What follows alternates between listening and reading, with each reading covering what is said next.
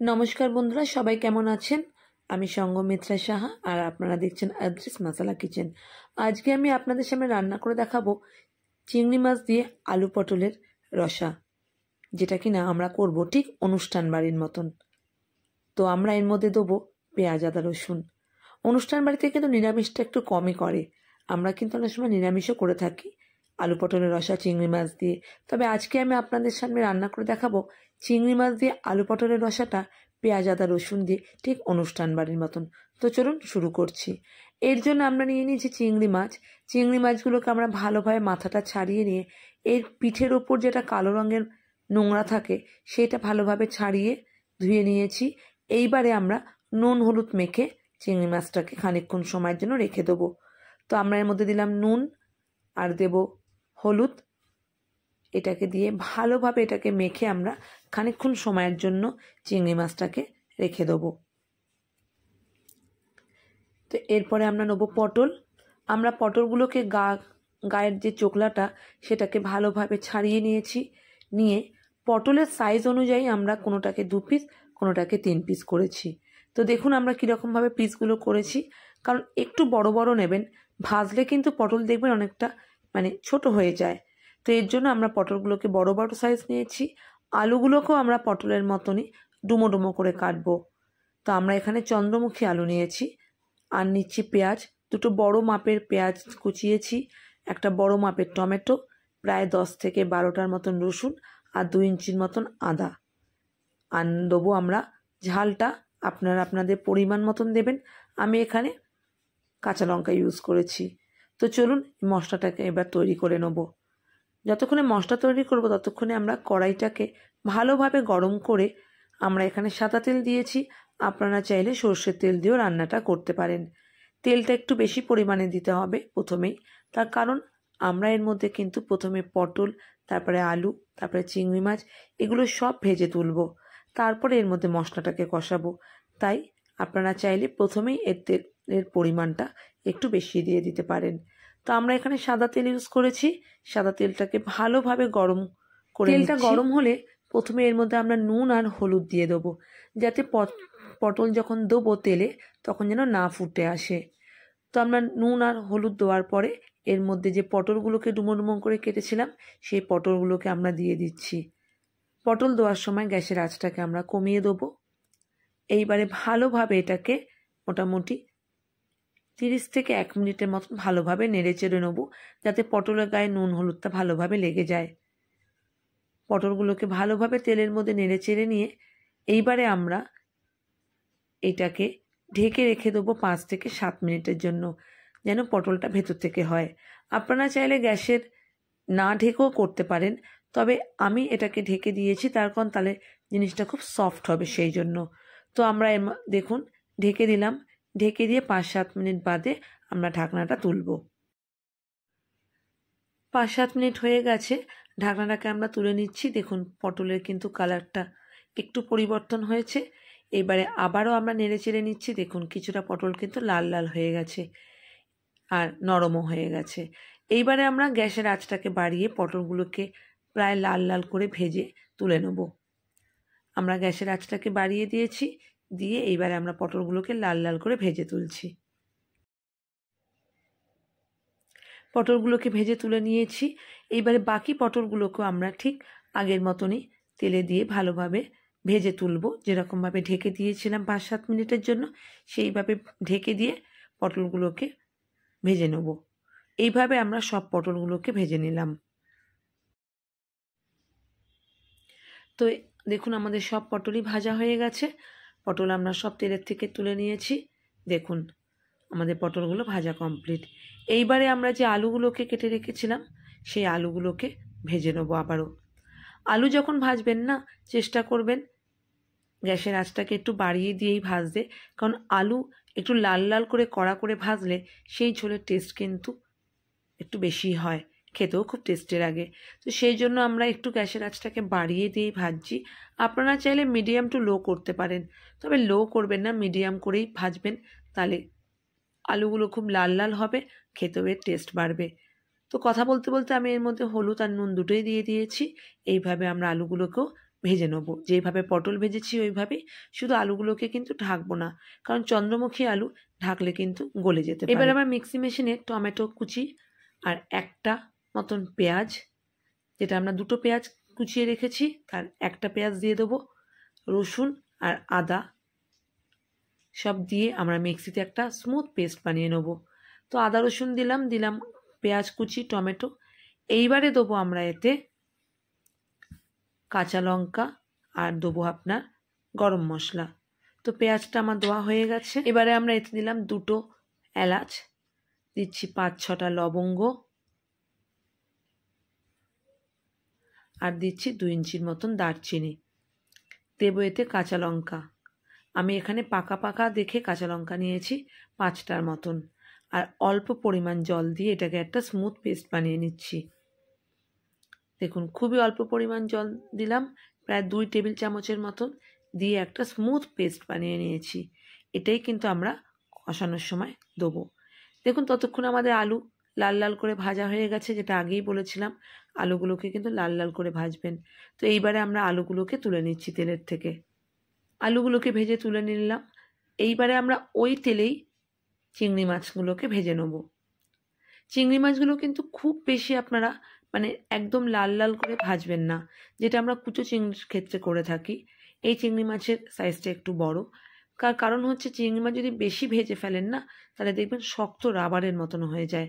তাই জন্য চিংড়ি মাছ কিন্তু খুব বেশি ভাজবেন না। আর যখন ভাজবেন এই তেলে যখন দিচ্ছেন তখন জাস্ট একটু নেড়ে চেড়ে নিয়ে গ্যাসের আঁচটাকে কমিয়ে দিয়ে ভাজবেন, যাতে ওই যে বললাম যাতে গ্যাসের আঁচ বাড়ানো থাকার ফলে শক্ত না হয়ে যায়। চিংড়ি মাছ যখন তেলে ভাজবেন দেখবেন অনেক জল বেরোবে, ওই জলটার মধ্যে কিন্তু চিংড়ি মাছটা সেদ্ধ হয়ে যাবে। তো ফলে ওই জলে যখন সেদ্ধ হয়ে যাবে মিনিট 5-7 রেখে তারপরে আপনারা গ্যাসের আঁচটাকে বাড়িয়ে দিয়ে একটু জলটা টানিয়ে নিলেই কিন্তু চিংড়ি মাছ সেদ্ধ হয়ে যাবে আর ভাজাও হয়ে যাবে। আমরা ঠিক ওইভাবেই চিংড়ি মাছগুলোকে ভেজে তুলছি। দেখুন চিংড়ি মাছে কীরকম জল বেরিয়ে গেছে, কালারটাও আলাদা রকম লাগছে, এর মধ্যে তেলটা দেখা যাচ্ছে না। এইবারে দেখুন গ্যাসের আঁচটাকে আমরা বাড়িয়ে দিয়ে চিংড়ি মাছের এই জলটাকে শুকিয়ে নিয়ে আমরা চিংড়ি মাছগুলোকে তুলে নেব। তো দেখুন আমাদের চিংড়ি মাছ কিন্তু ভাজা কমপ্লিট। এবারে আমরা তেল থেকে চিংড়ি মাছগুলোকে তুলে নিচ্ছি। জলটা প্রায় শুকিয়ে গেছে আর দেখুন তেল কিন্তু বেরিয়ে এসছে, আর চিংড়ি মাছগুলো কিন্তু আমাদের বেশি লাল হয়নি। এইভাবে আমরা চিংড়ি মাছগুলোকে ভেজে তুলব। এবারে আমরা ওই তেলে দিয়ে দেবো 2টো তেজপাতা, ফোড়নে দেব 2টো শুকনো লঙ্কা, আর দেব 1 চামচের মতন জিরে, দিয়েছি 2টো এলাচ, আর দিয়েছি 1 ইঞ্চির মতন দারচিনি। এটাকে ফোড়নে দিয়েই আমরা যে পেস্ট বানিয়ে রেখেছিলাম টমেটো, পেঁয়াজ, গরম মশলা, লঙ্কার, সেটাকে দিয়ে দিলাম আদা রসুনের। ওই পেস্টটাকে দিয়ে আমরা ভালোভাবে 1 থেকে 2 মিনিটের মতন আমরা কষিয়ে নেব, মানে নেড়ে চেড়ে নিচ্ছি।